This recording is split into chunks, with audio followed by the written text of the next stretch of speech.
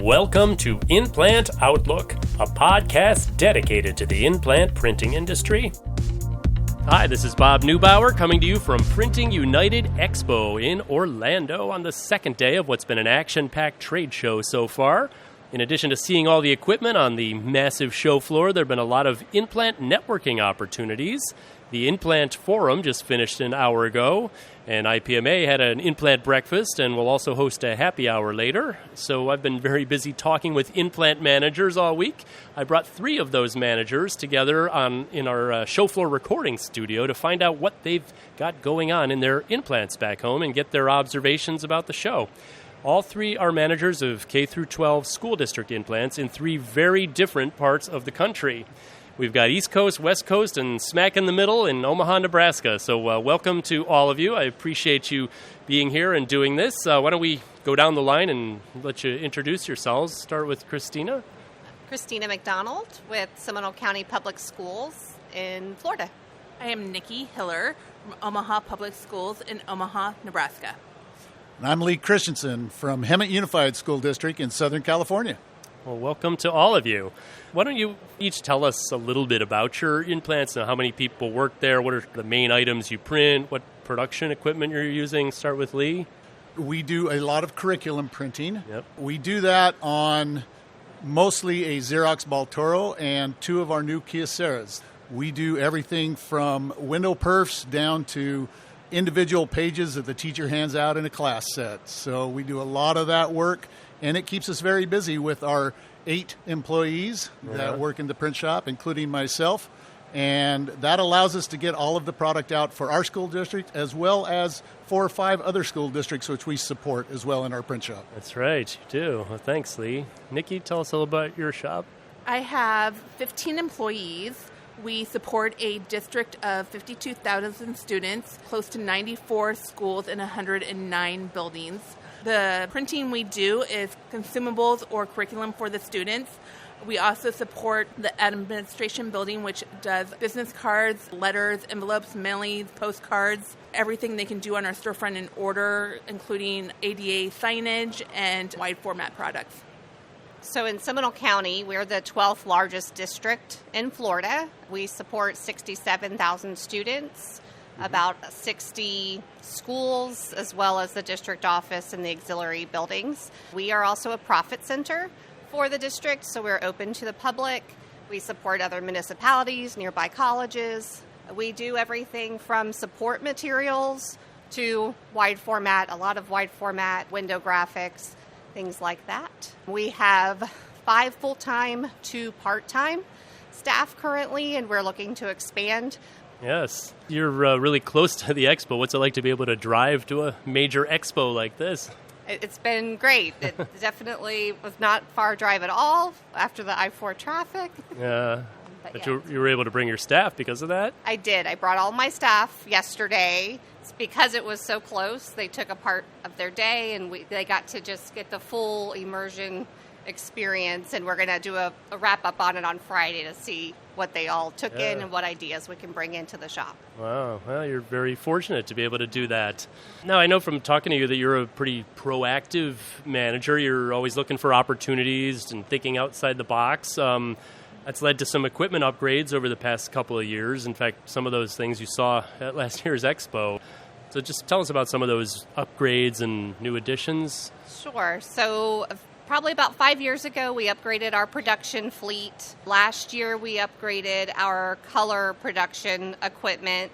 We added a Canon V800, and we added a Xerox Versant 280 to allow us to do metallics. We also support like the nonprofit organization for galas, diplomas, things like that we could amplify. My focus this last probably 6 months has been on bindery equipment and continuing to streamline our production flow. So we upgraded to a RevoFlex laminator, which has saved us countless hours. We upgraded to an auto coil matic. We do a lot of coil booklets. And we also upgraded to a Duplo 618 to do a lot of the cutting, creasing, perfing that we were doing by hand previously. Yeah, I saw that, and you guys were talking about how much time that saved. Is the district supportive of your requests for funding for the new equipment? So we are self-sustaining. So as long as we're making the funds to cover our operating costs, and I pull aside funds every year to prepare for what new purchases we might make. So we're hoping this upcoming fiscal, we will upgrade finally to a flatbed wide format. That's our next area. And then we'll probably kind of cycle back and upgrade our production equipment again, possibly inkjet. Nice. Well, good. Well, thank you. Nikki, Omaha Public Schools, you just hosted an IPMA roadshow and got a chance to show off some of the major upgrades to your operation. Tell us about some of those upgrades and new equipment. It was very nice to have a nice show at our roadshow this year. I was able to show off 2 Kyocera inkjet cut sheet. We have a roll to cut Riso. We have a 9500 Rico. It's a toner cut sheet. We upgraded to a 48 by 96 Arizona for our flatbed. We upgraded with the Colex cutter. The one benefit to the district is it does the federal guideline for the Braille. So we were able to offer that.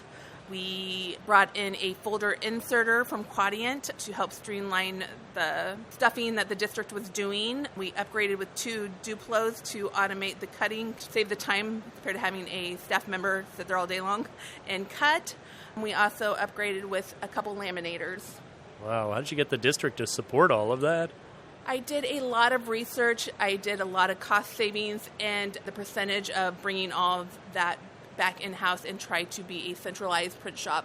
Is how I went about supporting it. Wow, well, very impressive. Now, Lee, Hemet USD's Publication Center also just upgraded your in-plant with inkjet presses, the 2 Kyocera Task Alphas that you told us about. What are you using all this inkjet power for? I'll be honest with you, it's for cost savings and color. We looked at what the needs of the students were and how I'm a firm believer that color adds to the education process. By adding color, it was very significant to us. The downside of that is color significantly cost increase. But with the addition of the Kyoceras, we were able to reduce our costs and continue to print color and provide that to the district at a very low cost. Yeah.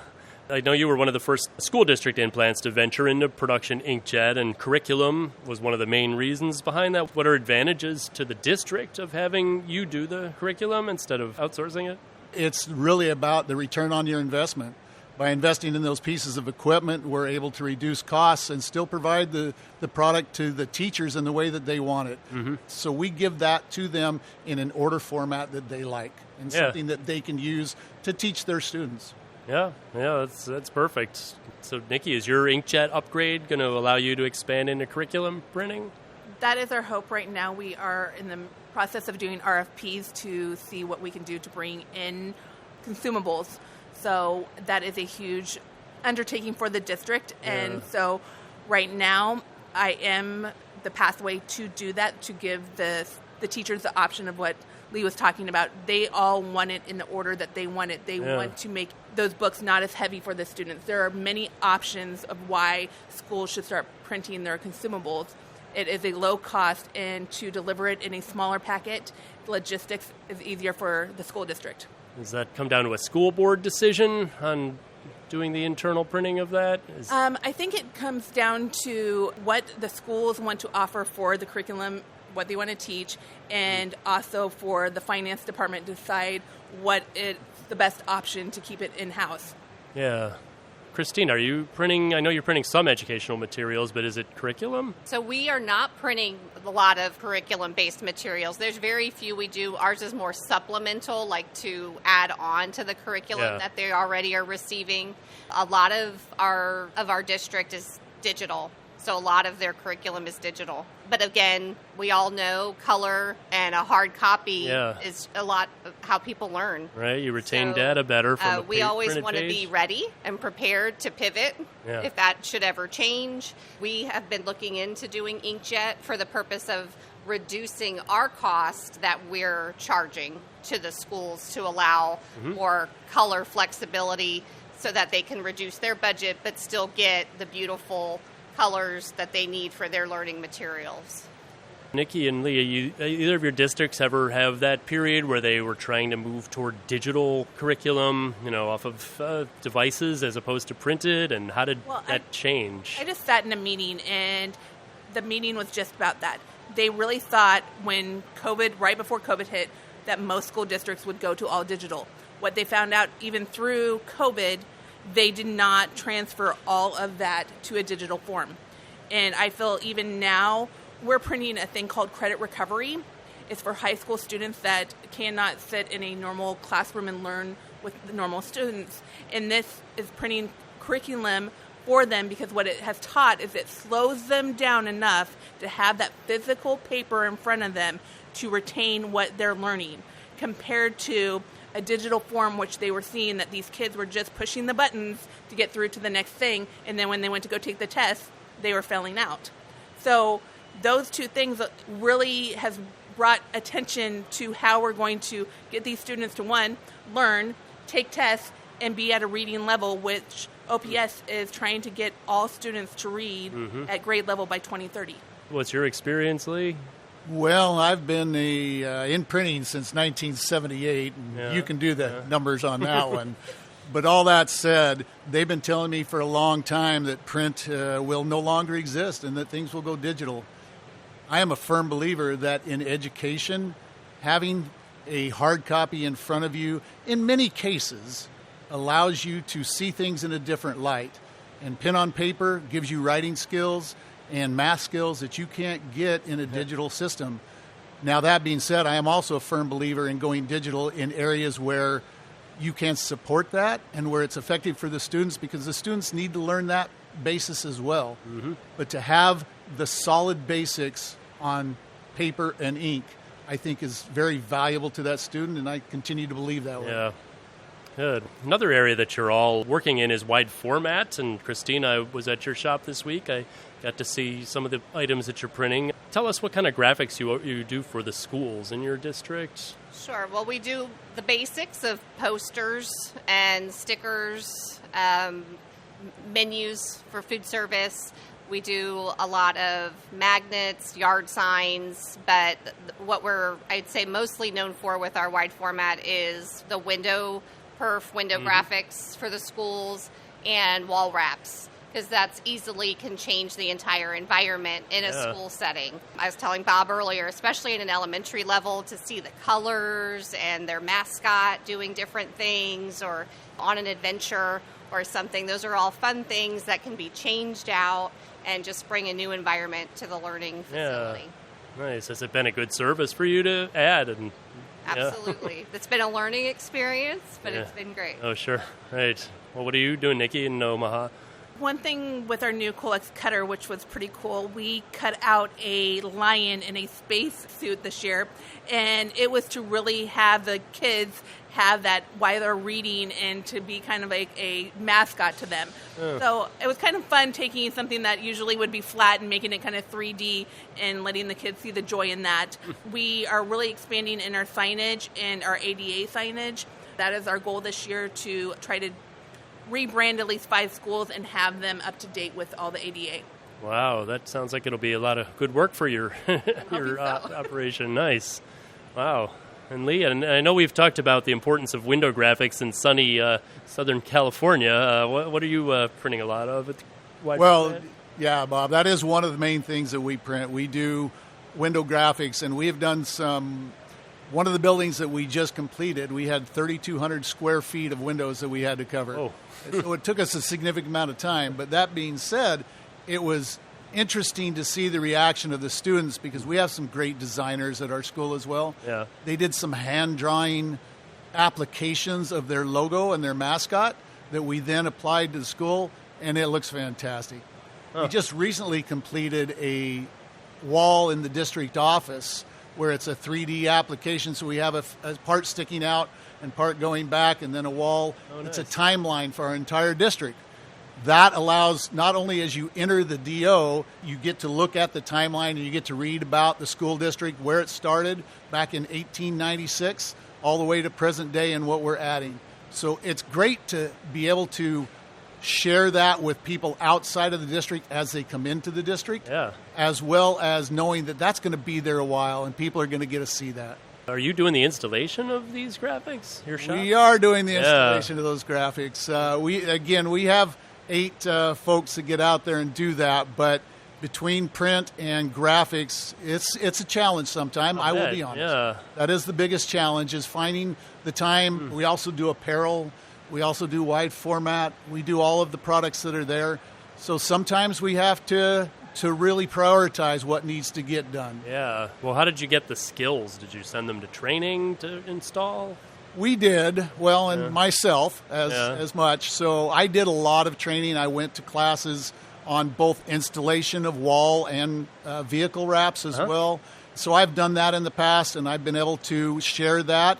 But some of it they brought with them. Some of the employees that we have hired brought some of that talent with them. And we are continuing. We're education every day, right? All knowledge is education. Yeah. So as we learn, we educate ourselves. So I'll be honest, some of it is trial and error. Yeah. But we eventually accomplished the process, and it looks, this wall that we just did, I was very impressed. They finished it as I was here at the show. And so all I got right now is just pictures. But it looks really good. So very nice. Yeah. Well, Nikki and Christina, I mean, how did you handle learning how to do installations? We are not installing yet. Okay. I should say small projects we are doing. Larger projects we are not. Like example, like the scaffolding and like hallways and stuff like that, we're outsourcing that just because it takes a lot of time. Company or to facilities? To another company. You're right. We outsource it to facilities to see if they have the time to keep everything in-house. If they do not, then we do the outsourcing. Because like the last one we did, it was over a 3-day installation. They did a whole hallway. It's a lot of work. A lot of work. So our first 2 years, we were doing our own installations, and it really was word of mouth and talking to different folks and watching lots of YouTube videos. Yeah. And a lot of trial and error. We learned about the different adhesives and the different wall textures and all of those fun challenges. It all started off with doing one wall sticker of a logo in a conference room is how it started. Then it grew to doing a window wrap at an elementary school, which was high and had a lot of different grids. And I was scared for us to do it because we weren't sure how to separate the files to match up, and that was a learning experience, and I will say required some reinstallations. But again, we were figuring it out as we went, and then it just grew from there. And now, 2 years after we started till now, we have an installation company that's all they do for us, and they're the same crew that does all of the graphics and things that you see at the theme parks when you're here in Orlando. They're that same crew that they instantaneously can change the vision of a place, in a matter of an hour that took us a week, So, it's great. Well, good. Now, you were part of a great panel discussion at the IPMA conference on marketing, and you talked about how stickers are a great marketing tool. Are you printing those on the HP latex? We do print stickers on the HP latex, but for our marketing purposes, we do a lot more on just a label cut sheet, and we'll contour cut it on our Intech because they're customized. So we will offer a promotion several times throughout the year of a customized sticker that the teachers can then use a template and write Mrs. Smith or Mr. Jones, and it says, thinks you're awesome or got an A. So they definitely like the personal touch of being able to make it their own. Is that a good business to be in, the sticker business? I would say so, yes. Are either of you, especially in a K-12 environment. Are you, Nikki or Lee, doing stickers? We do on the wide format, the Colorado, and then we kiss cut them. Just here at the show, I saw another cutter that I was pretty impressed with that I think it was almost $6,000, and they just load it, do the barcode, and it cuts them all out, and then plus cuts them. I'm like, ooh, that might be something I'm interested in. But as of right now, we just do it on the Colex cutter. We do a considerable number of stickers. At the younger grades, it's stickers for the teachers to hand out and share with their students. At the older grades in the high schools, they actually sell their site logo as part of their fundraising. And so they can do bumper stickers and other things like that. We do the majority of ours on our Roland, which is a print and cut machine. Mm-hmm. And my operator, she was very excited when we just upgraded to that in the last year and a half. And she was very excited that she didn't have to pull the rolls off, put them on a separate machine to get the job done and completed. Right, so by taking one step out, not only do we save time, but we made an operator a little more happy. So that was a plus. Nice. What's been your biggest growth area, would you say, over the past year? Is there a certain business that you see expanding? I think that our biggest, well, I hate to say it, but our biggest growth area has been apparel. Yeah? Apparel has just taken off. There are a lot of opportunities where we get to do things for a class trip or something that's going on, and they really want their students to all look the same. I think it's so they can find them and keep track of them. And so we have those, but it has a lot of times they'll have the names of all the students in the class on the back. So it builds a camaraderie between the students as well that allows them to do that. And so it's been one of those things. Unfortunately, it's a very time consuming for us. So we have to trade off between that and also large format, which is, again, one of our biggest growth areas, between that and the windows and the applications and the installations. So I'm hearing that there might be an opportunity to get some outsourcing on that, and that sounds pretty good to me. So. Is it a direct-to-film process you're doing with a heat press? We do both. We both do direct to film and direct to garment printing. So 50 shirts or less, we'll do direct to garment. If it's more than that, and the customer is okay with it, because there is a little bit of different feel between the two. But if the customer is okay with that, or they're in a rush, we'll go direct to film. And what we've been able to do is collaborate with another school district who owns a direct to film machine. So instead of us having to purchase one, we now are able to get those products from them and then turn around and help them with things that they need as well. So. Oh, nice. In your case, Nikki, what's your biggest growth area? My biggest growth area is in the print. So all the copiers, now that we've moved to inkjet, it does allow a lower cost.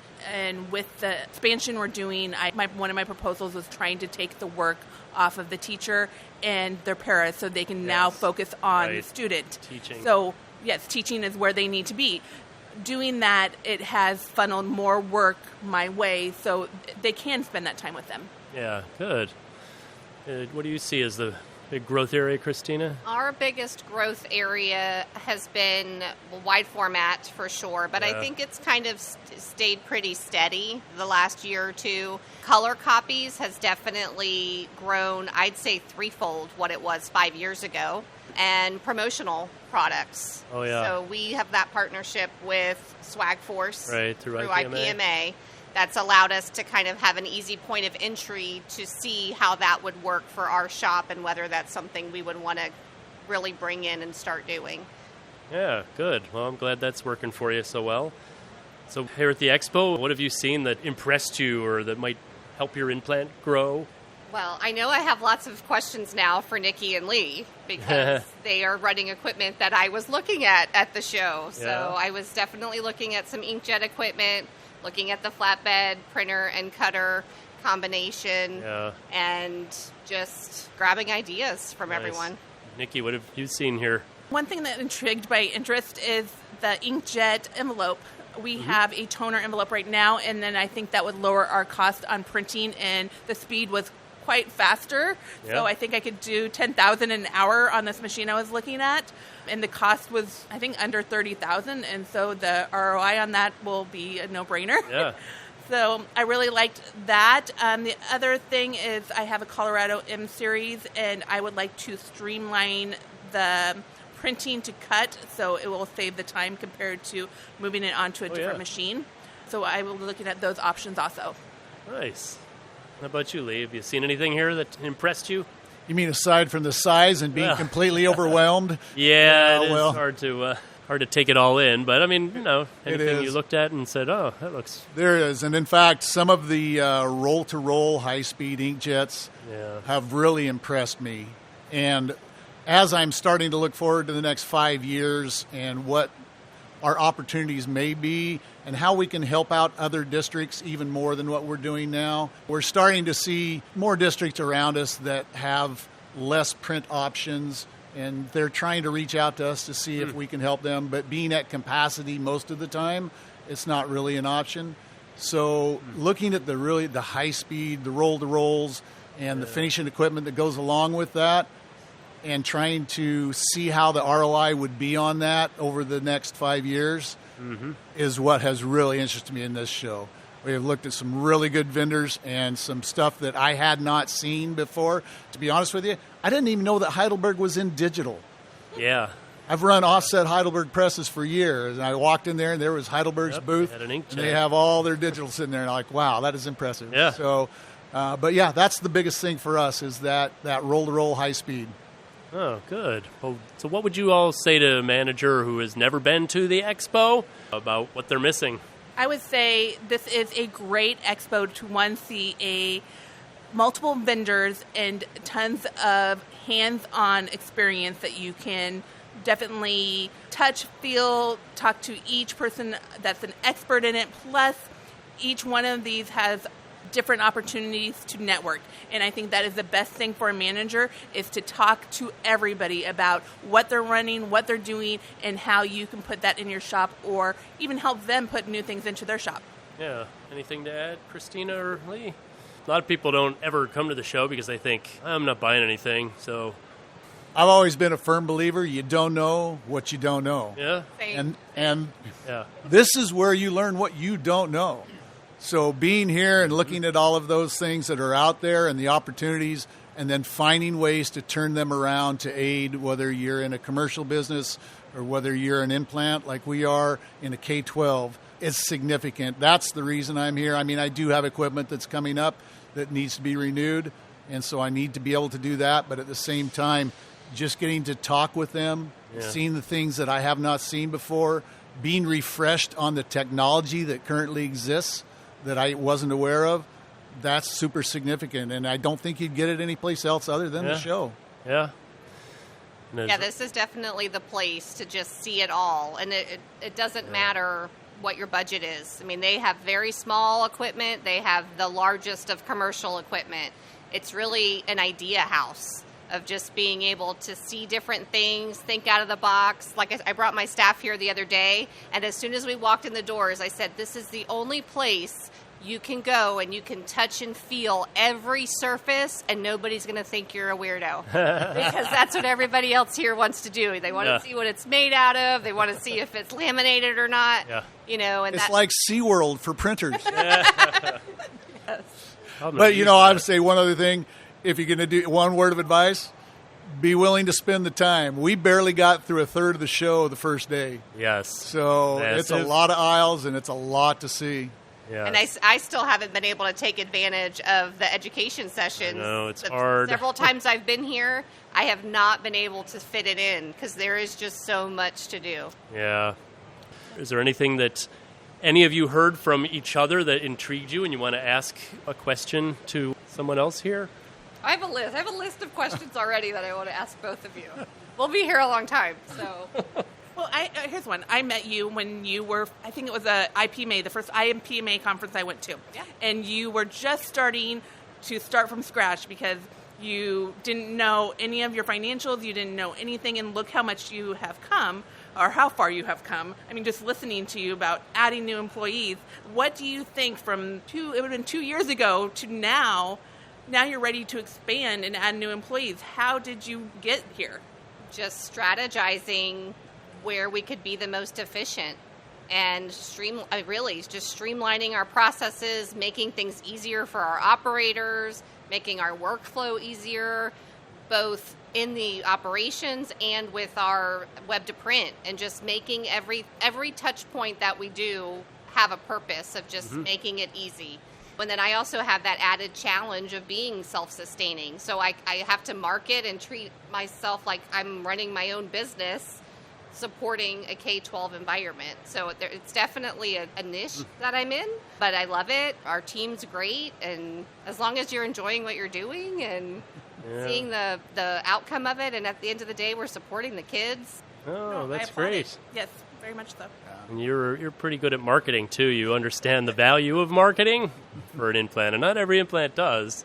But how do you do that? What's your best marketing strategy, knowing that you're self-sustaining? Honestly, it's our reputation and word of mouth, which, again, is like a business. Who am I? We have 8,000 employees. We have to make those 8,000 employees happy. Those are 8,000 people that work in our community who also have their own side businesses or have a wedding, graduate. They have their own personal lives. Everybody needs printing. So to be able to just advertise to our own powerhouse of people in our community who then expand on into other communities, it just is seamless, I guess, to just be able to market. But we try to control it. I'm not, I don't want to go so crazy that we now then can't support and give the high level of expectation to the schools. So there's a fine line between marketing and just keeping everyone happy. Yeah, and I think that's a great point. It's loyalty goes to your school district first, and then secondly out to the folks that are out there. We have that same philosophy. I want to be able to do everything, but you can only do so much with the folks that you have. So yeah, I think that's a great strategy for you. And it's very rare we say no to someone, but it does happen occasionally where there's definitely those high peak times where I have to just be honest and say, listen, our priority is this right now, like school startup, testing season, something like that. I will be happy to help you, but if you're willing to wait a while. And a lot of times they are. They're like, I'm not on a timeline. Whenever you can get to it, that's great. And there's still so much growth opportunity there. Yeah, I think that's one of our biggest challenges is that if a school were to go to an outside vendor to try and get something done like a window wrap or something like that, I am absolutely certain they would get it done faster because it's availability. And that's why I'm so interested in, having an outside contractor that just does installation. But part of our thing is we have to say, that's great, but we have 5 sites in the queue before you. And so that means, you're December, January before we come start measuring those windows. So that's very challenging to me, is how do I tell somebody it's going to be so long before I can get to you, because I'm not really able to add an employee at a whim. I just can't do it. It's not available to me. So how do you deal with that, Nikki? I would ask my question. So when you decided to add on shirts, that is, to me, a very time-consuming. It's a value to you, obviously. But when you talk about your employees, what made you decide that adding shirts was enough of a value to, it would be labor and time, that you're not adding another employee? That's a good question. My answer to that is that it's two parts. First of all, we looked at what the cost was to the district to do that and how much outsourcing there was going on, and could there be an ROI on the equipment and the need for that, the labor, to do that. The ROI was literally 12 months on that process. Now that said, fortunately, and very fortunately, because of the addition of the new equipment and because of the change in the processes and the way we did things, we were able to reduce the amount of touches and the amount of time that an employee was spending in one location, which then freed up opportunity to do that without adding additional labor force. So that's how we took on apparel. Now, that being said, as things grow and more production is required, apparel is one of the first things that drops off because it's one of the few things that having the teacher teaching the student is the most critical part. And while the other things are fantastic and it builds, loyalty to your class and it helps the teacher, they aren't the most critical in learning, but they are very important. So sometimes we have to prioritize by how critical it is to the student. Student always comes first. So your question of my time frame, we are implementing InFocus Switch, which is doing a lot of the automation for us. I have 3 graphic designers. This is now allowing me to do the ups, adjust color, adjust fonts. I have certain parameters that I can program into this workflow that I was having employees do before. So now with some automation and streamlining, I have a little more free time for them to do other things. Yeah. Okay. You know, Bob, you asked a question earlier. What's one of the most interesting things you've seen at the show? Mm-hmm. And I did get to attend one class, mm-hmm. and that was the AI and how AI could potentially integrate into what we're doing. Yeah. And I start looking at my designers and the amount of time they spend in design, and can we adopt some of the new AI technology, if nothing else, to simply start the process of, here's the concept. Do these concepts fit? Because you can create a concept in AI and nothing flat. You know, just getting someone who's placing that order in the right, yes, that's the way I want you to go down. And then the designer takes over and adds detail and adds the other little pieces that they need. Yeah. So that was very interesting to me, and it still is, and how that's going to integrate in. Can it be front-end work? Can AI adapt to how we take in orders?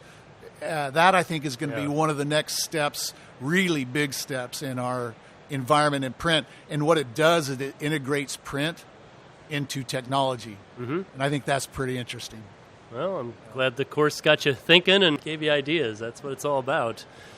Wow, well, this has been a great discussion, and I thank all of you for participating and wish you the best of luck in your operations. And I guess we should all get back to the show floor now, huh? All right. Well, thank you very much. Thanks for listening to the In-Plant Outlook podcast.